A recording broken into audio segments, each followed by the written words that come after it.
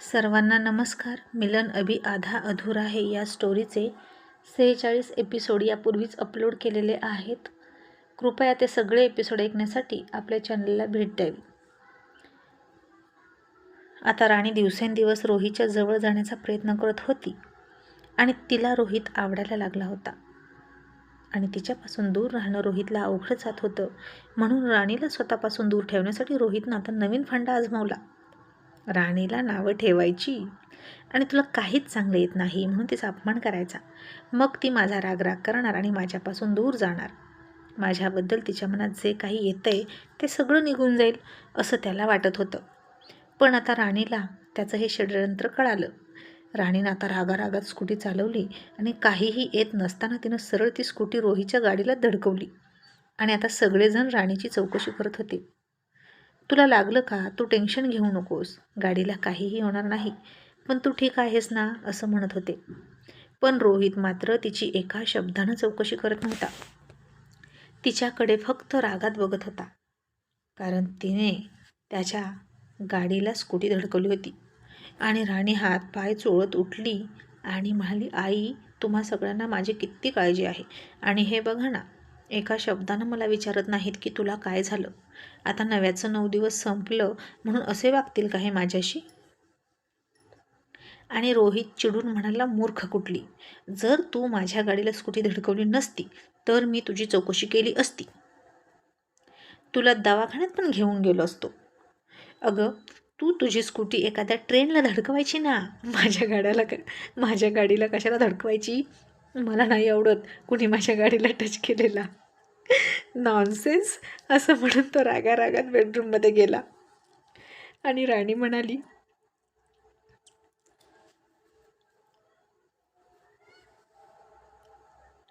बघा आई, कसे बोलतात.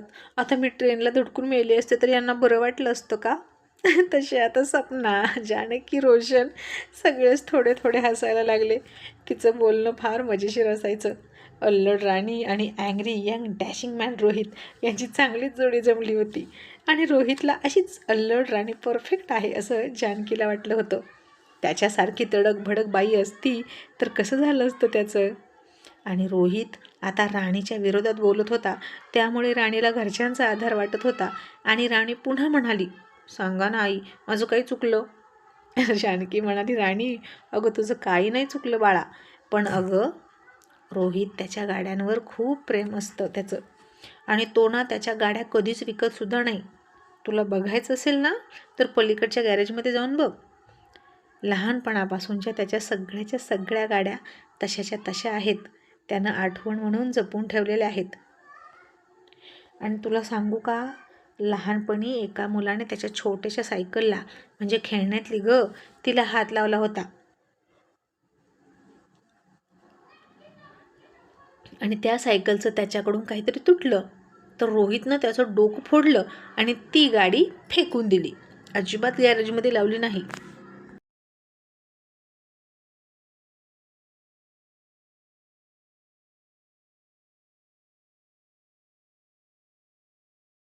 तसं राणीनं तिचं डोकं पकडलं आणि म्हणाली, बापरे, आता हे माझं डोकं फोडतील की काय? रोहित सूर्यवंशी फारच हॉरर आहेत. आणि तो तिकडून पळतच आला. गाडीची चावी आणायला गेला होता घरात आणि खूपच इमर्जन्सी असल्यासारखा पळत पळत आला आणि तिला त्याच्या गाडीजवळून बाजूला ढकलत म्हणाला, गो टू हेल, माझी गाडी खराब केली तू, आय हेट यू, आणि आत्ताच्या आत्ता मी ती नीट करून आणणार. आणि अगं बाई, किती रोहितला वाईट वाटत होतं. त्याच्या गाडीला लागलं होतं तर जसं काही बायकोला लागलंय आणि इतका पळत पळत तिला हॉस्पिटलमध्ये घेऊन चाललाय अशी त्याची गडबड उठली होती. आणि अगदी कंठ दाटून आल्यासारखा बोलत होता तो. आणि लगेच गाडी सुरू केली आणि पळत पळत शोरूमला गेलासुद्धा आणि जे काही नुकसान झालं होतं ते नीट करू लागला. आता राणीची गाडी काही इतक्या जोरात नसेल किंवा असेलही, पण त्या स्कूटीनं उभा असलेल्या 4 व्हीलरला असा काय धक्का लागणार आहे बसून बसून? उगं थोडंसं खरचटलं होतं, पण रोहितला तेवढं पण चालत नव्हतं, कारण गाडी म्हणजे जीव की प्राण, खूप प्रिय होती त्याची.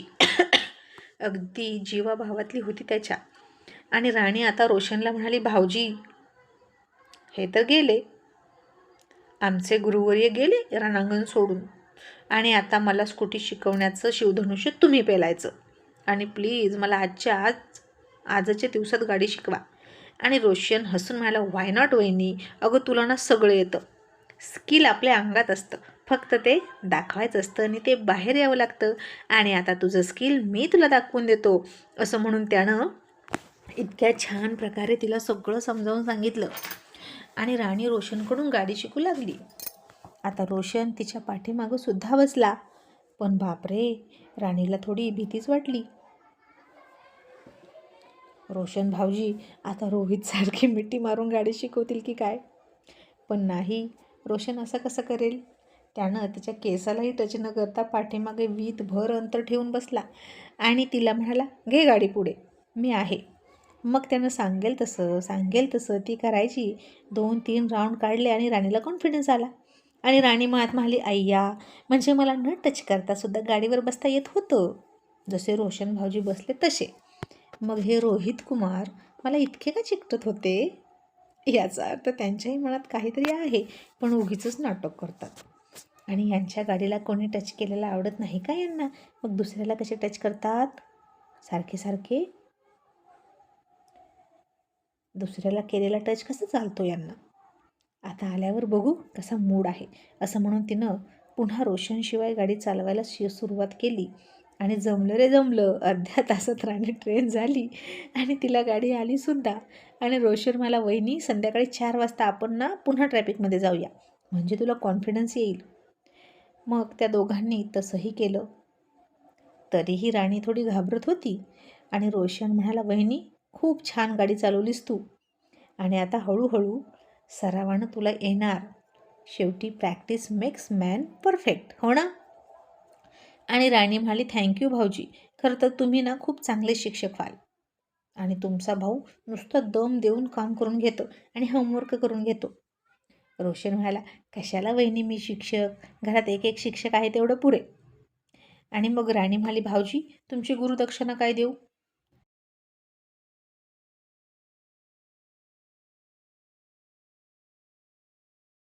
आणि रोशन म्हणाला, वहिनी तुमच्या हातचा गोड गोड शिरा.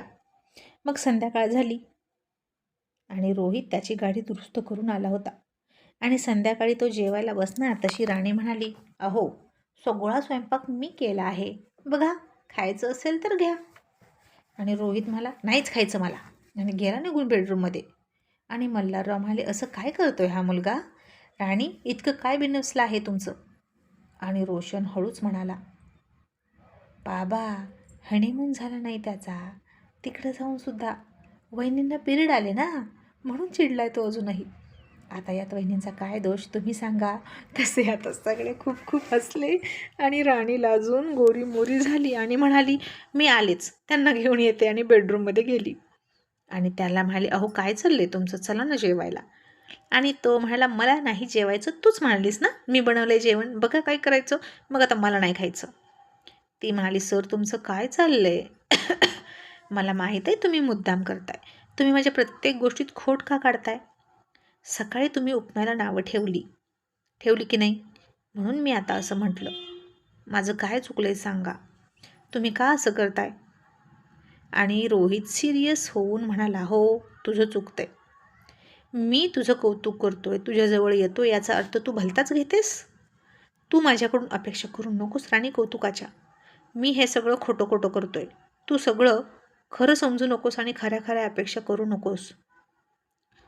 आणि तुझ्या अशा वागण्यानं माझी अडचण होते, कळते का तुला.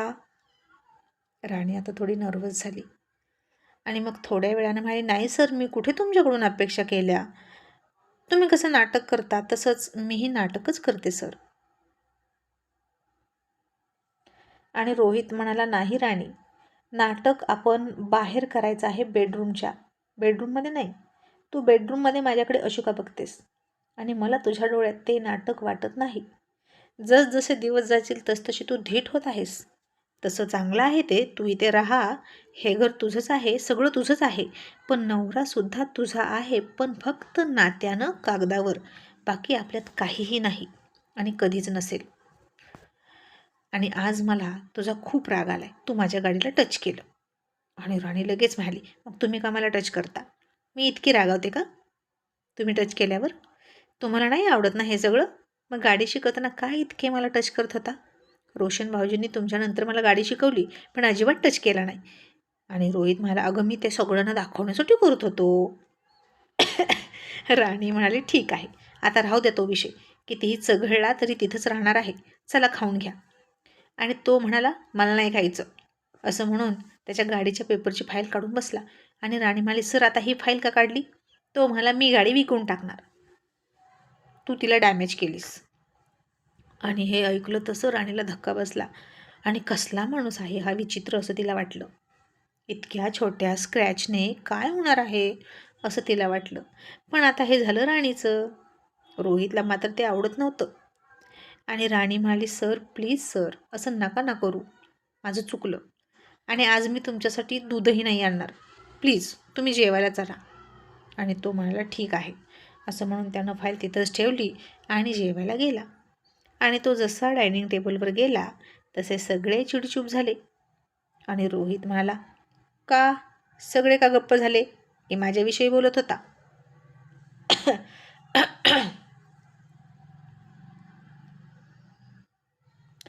आणि राहुल म्हणाला, नाही रे रोहित, अजिबात नाही.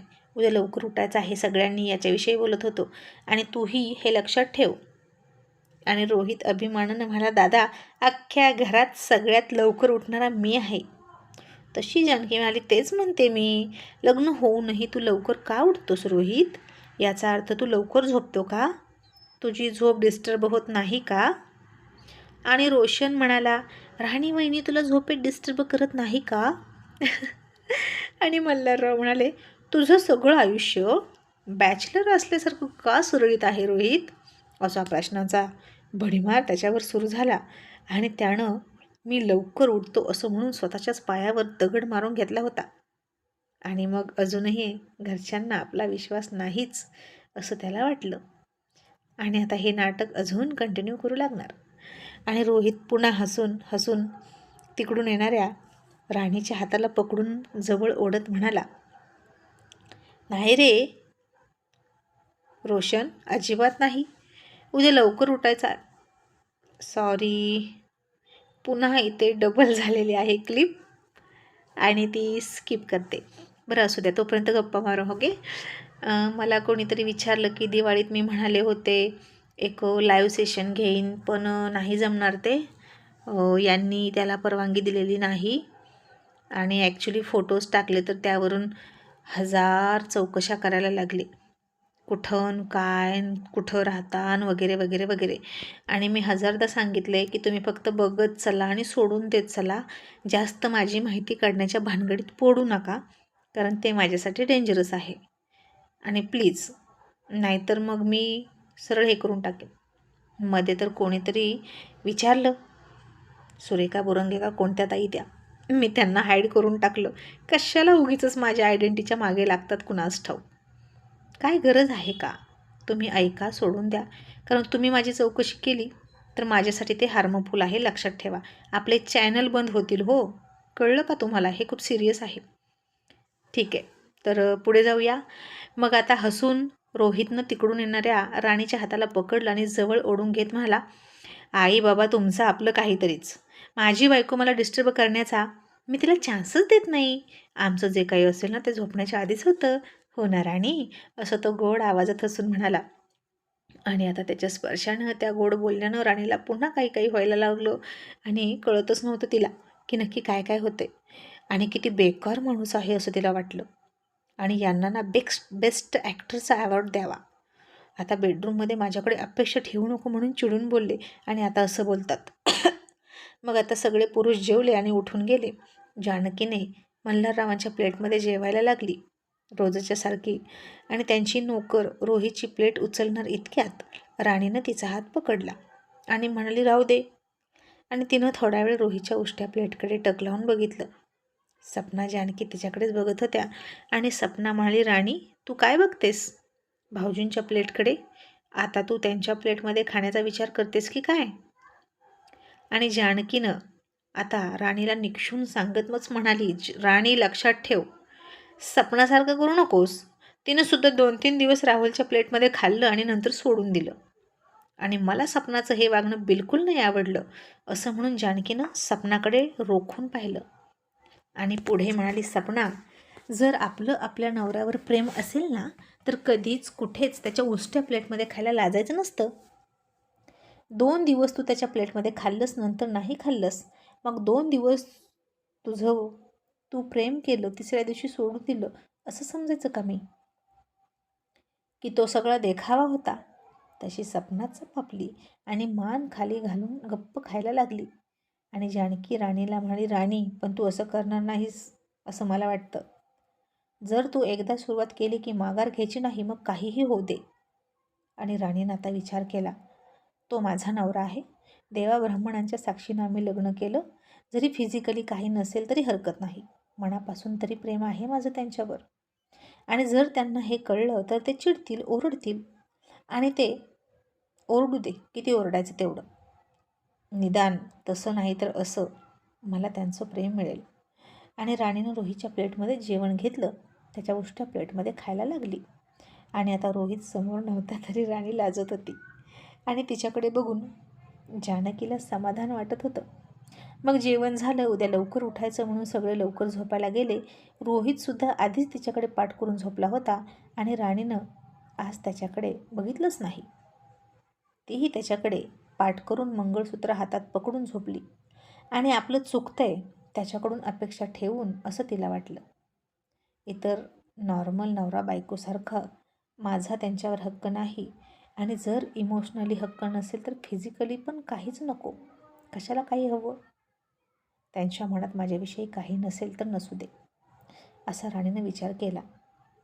आणि ती म्हणाली, सर, आधी जवळ यायचे, नवीन नवीन लग्न होतं तेव्हा, आणि आता लग्नाला 1 महिना झाला आणि नव्याचे 9 दिवस संपले.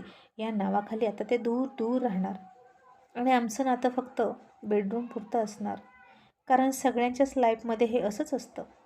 हवी ती वस्तू रोज मिळत गेली बायकोकडून नवऱ्याला आणि नवऱ्याकडून बायकोला, की जास्त आकर्षण वाटत नाही असं म्हणतात. पण राणीला अजून कुठे काय मिळालं होतं? ती अजून कोरडीच होती आणि ती हे त्याला उघड उघड बोलू पण शकत नव्हती.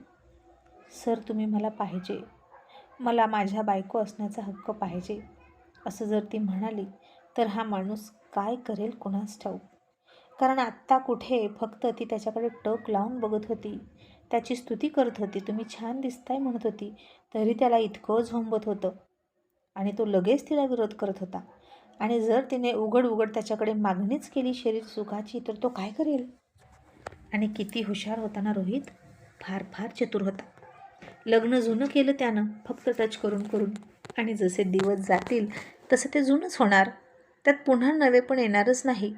कारण नव्याचे 9 दिवस तर त्यांचं नाटक करण्यातच गेले आणि गेलेले दिवस परत येत नाहीत, असा विचार करत करत राणी झोपली. मग दुसऱ्या दिवशी सगळे पटकन उठले. राणीनं, सपनानं, जानकीनं सुद्धा सुंदर साड्या घातल्या आणि तिची लगबग सुरू होती. जानकीनं आता सपनासमोरच ती अंगठी राणीकडे दिली ठेवायला आणि राणीनं तिच्या पर्समध्ये ठेवली. आणि रोहित म्हणाला, बघू, मला दाखव तरी कशी आहे. मग राणीनं सगळ्यांनाच ती अंगठी दाखवली, सगळ्यांना ती आवडली आणि राणीच्या पर्समध्ये ठेवली. मग राणी आता सगळ्यात आधी गेली आणि आठवणीनं रोहितच्या गाडीमध्ये तिनं तिची पर्स ठेवली. आणि आता चॅप्टर सपना. सगळ्यांचा डोळा चुकवून पुन्हा गेली राणीची. तिने पर्स उचलली आणि पुन्हा आणून दरवाजाच्या मागे टेबलवर ठेवली, जिथं कुणाचंही लक्ष जाणार नाही. आणि जानकी किचनमध्ये होती, राणी किचनमध्ये होती, सगळ्यांसाठी दूध घेत होत्या आणि सगळ्यांनी एक एक ग्लास दूध पिऊनच जायचं असं जानकी म्हणाली. मग रोशन, राहुल, रोहित, मल्हाररावांनी दूध पिलं आणि रोशन म्हणाला, आई, आणि रोहित म्हणाला, आई, मला आणखीन 1 ग्लास दूध. आता तो पैलवानच होता, त्याची भूक जास्त असायची. जानकीने खुणवलं आणि राणीनं त्याला आणखीन 1 ग्लास दूध दिलं. त्यानं तोही ग्लास संपवला आणि उलट्या हाताने तोंड पुसलं. तशी राणी म्हणाली, अहो, शर्टच्या बाहीला लागेल ना. आणि रोहित पुन्हा लाडात येऊन नाटक करत म्हणाला, हो का बायको, मग तुझा पदर दे, असं म्हणून चक्क राणीच्या नव्या साडीच्या पदराला तोंड पुसलं.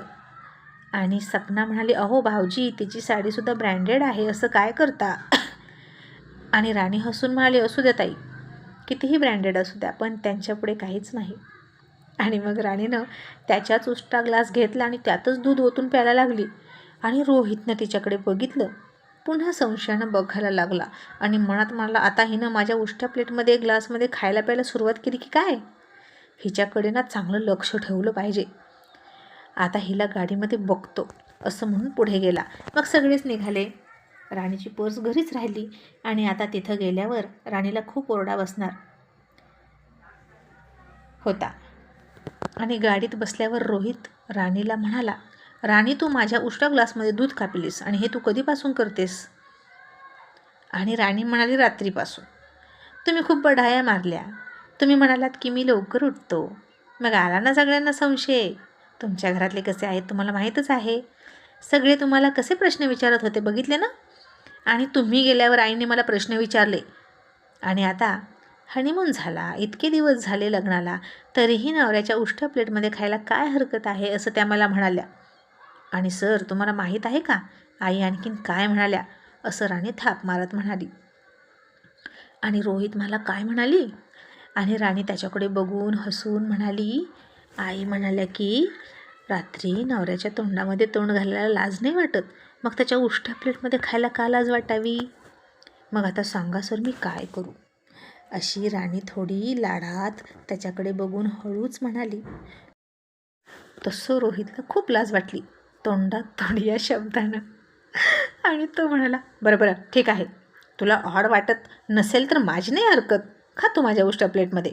आणि माझ्याकडे अशी बघू नकोस, खिडकीतून बाहेर बघ. आणि राणी आता खिडकीतून बाहेर बघून मनापासून हसली आणि तिची थाप कामाला आली. आणि आता तिला खुलेआम त्याच्या उष्ट्या प्लेटमध्ये खाण्याची त्याच्याकडूनच परवानगी मिळाली म्हणून राणी जाम खुश होती.